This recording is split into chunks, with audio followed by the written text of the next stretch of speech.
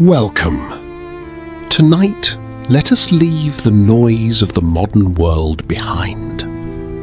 Close your eyes, take a slow breath, and imagine a kingdom hidden beyond mist-covered mountains, where ancient castles stood beneath silver moons, where bells echoed through quiet valleys, and where one queen lived behind walls no one was permitted to cross. Her name was Queen Seraphina. She was loved by thousands, feared by many, and yet no one was allowed to touch her.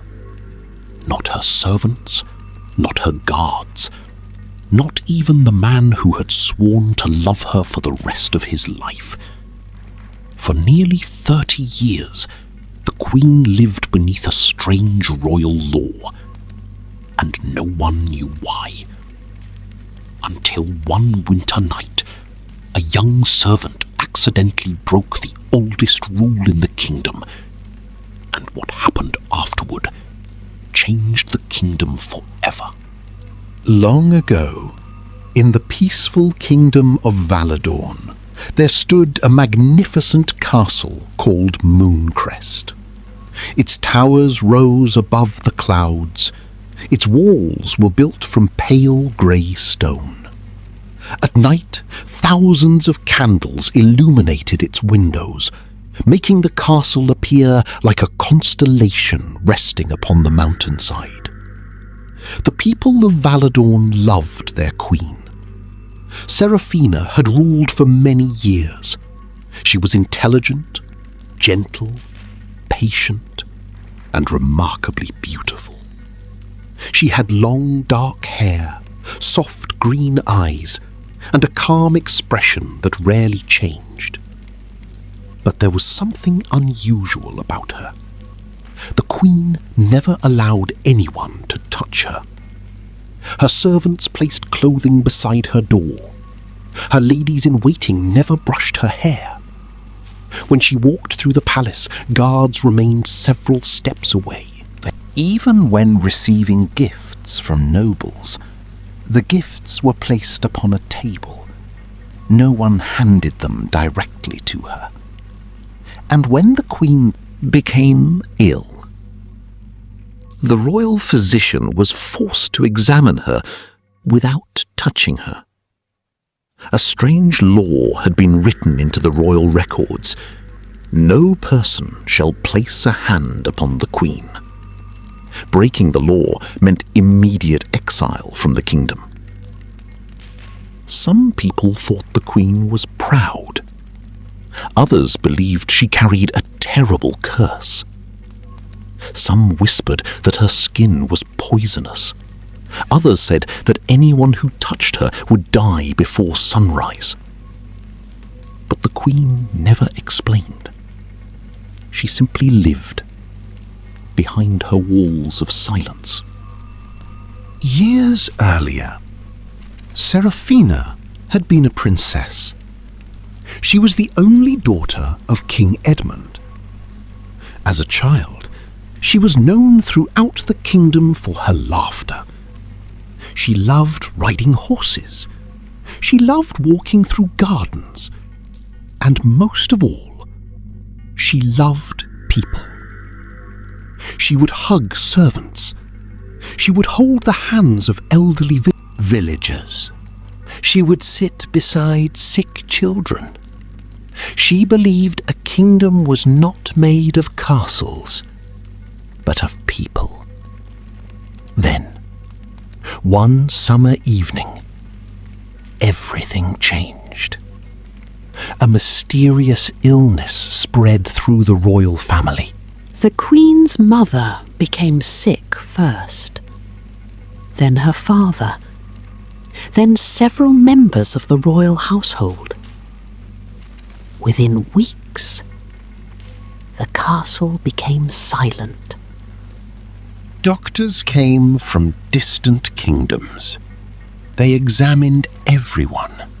They tried herbs, medicines, prayers. Nothing worked. Seraphina remained healthy, but she watched everyone she loved disappear, one by one, until only she remained. The royal physician eventually discovered something strange. The illness appeared to spread through physical contact. Anyone who touched an infected person became sick. Seraphina had somehow remained untouched. Perhaps she had been lucky. Perhaps fate had protected her. No one knew, but the fear remained. And after the death of her parents, the royal council created the law. No one would touch the new queen. Ever. At first, Seraphina accepted the rule.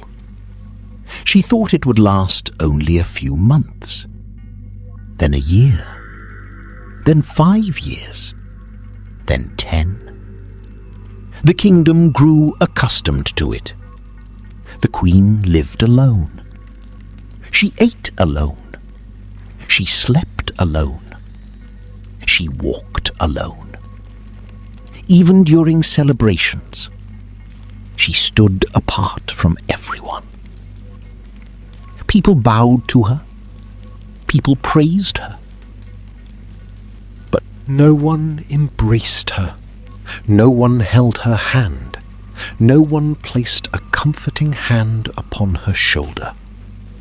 And slowly, the queen stopped smiling. 30 years passed. The little princess became an old queen. Her hair began turning silver. Her eyes became tired. Yet she remained kind. Every morning she walked through the palace gardens. She fed birds. She watered roses. She read letters from villagers. She quietly paid for medicine for poor families. But there was one room in the castle that she visited every night. A small room at the end of a forgotten hallway. Inside, there were 3 portraits. Her mother, her father, and her younger self. Beneath the portraits stood an old wooden chair. Every night, Seraphina sat there alone. Sometimes she spoke to the portraits. Sometimes she cried. And sometimes she simply sat in silence. One winter, a young servant named Elias arrived at Mooncrest Castle. He was only 19. He had grown up in a poor village. He had never seen a queen before. On his first day, the head servant warned him. Never touch Her Majesty. Elias nodded. Why? The old servant looked at him seriously. Because no one does. That was all he said. Elias soon discovered that the queen was not frightening. She was lonely. Very lonely. He noticed small things. The queen always ate her meals slowly. She often looked toward the empty chair across from her. When musicians played in the great hall, she listened from a distant balcony. And whenever families visited the castle, her eyes followed them, especially when mothers held their children. One evening, Elias found the queen standing alone in the garden. Snow was falling gently around her. She was looking At an old stone bench, Elias approached carefully. "Your Majesty?" The Queen turned. "Yes?" "I found your book in the library." He held it out. The Queen smiled. "Thank you." Elias placed it on a nearby table. He was about to leave when he noticed something. The Queen's hands were trembling. "Are you cold?" "A little." Elias hesitated. He knew the law. He knew the punishment. But the Queen looked so tired, so alone. Without thinking, he removed his wool cloak and placed it gently around her shoulders. His hands briefly touched hers. The entire garden became silent. Elias froze. The Queen froze. Neither spoke.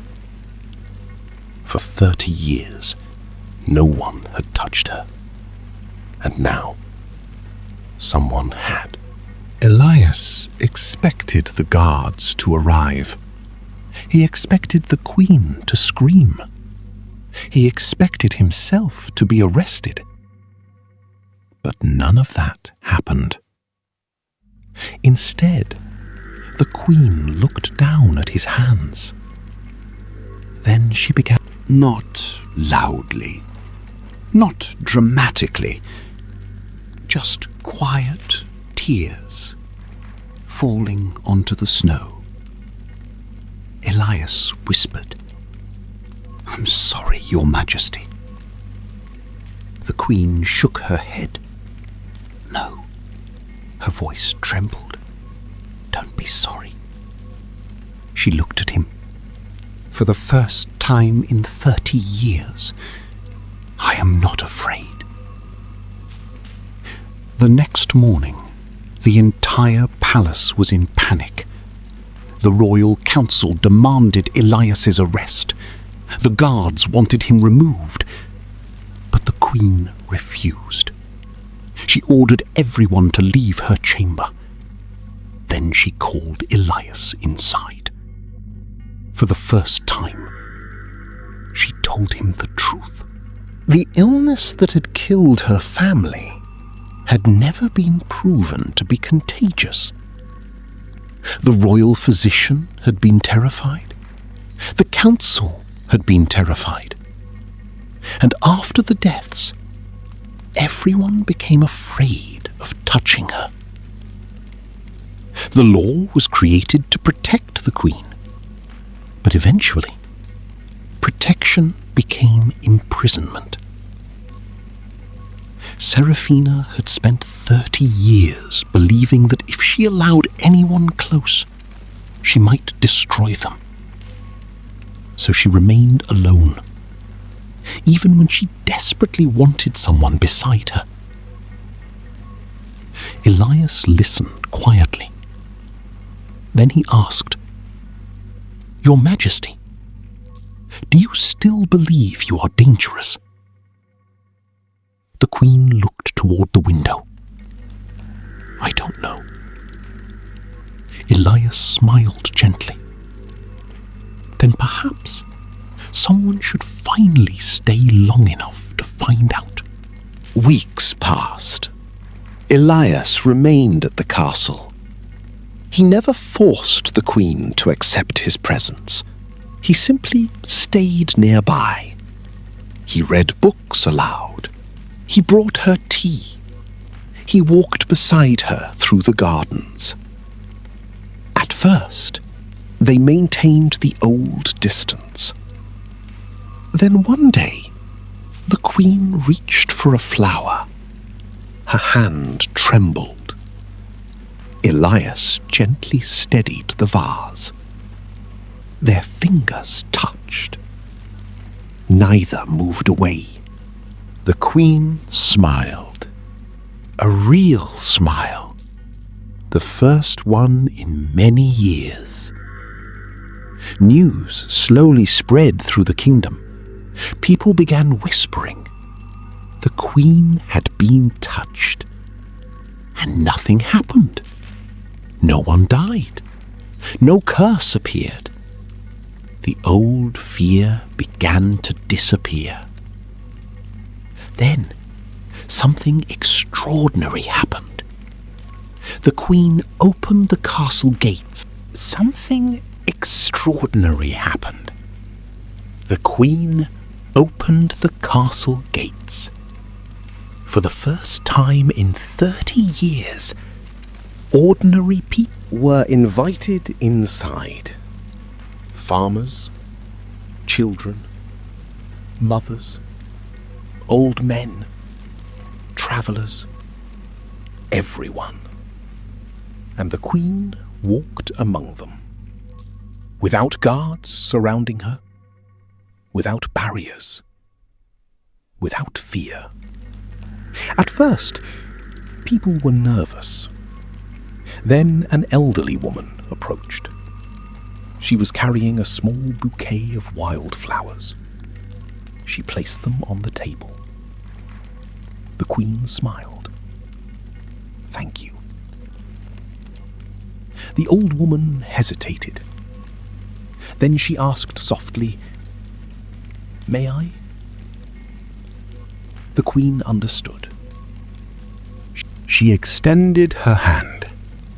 The old woman gently held it. Nothing happened.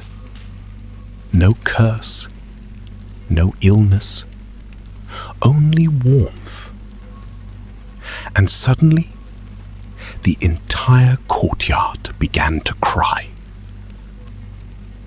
After that day, the ancient law was abolished.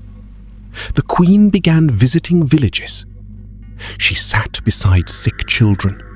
She held the hands of grieving mothers. She embraced soldiers returning from war. She listened to the elderly. She laughed with children. She became closer to her people than any ruler before her. But she never forgot those 30 lonely years. She understood something important. A person could be surrounded by thousands and still be completely alone. Many years later, Queen Seraphina became old. Her hair was completely silver. Her steps were slow, but she smiled more than ever. One spring morning, she returned to the garden where everything had changed. The snow was gone. Flowers covered the ground. Birds sang in the trees. Elias, now an older man himself, walked beside her. The Queen sat upon the old stone bench. She looked toward him. "Do you remember the first time you touched me?" Elias smiled. "I was terrified." "So was I." They laughed. Then the Queen looked across the garden. Children were playing beneath the trees. Families were walking together. People were holding hands.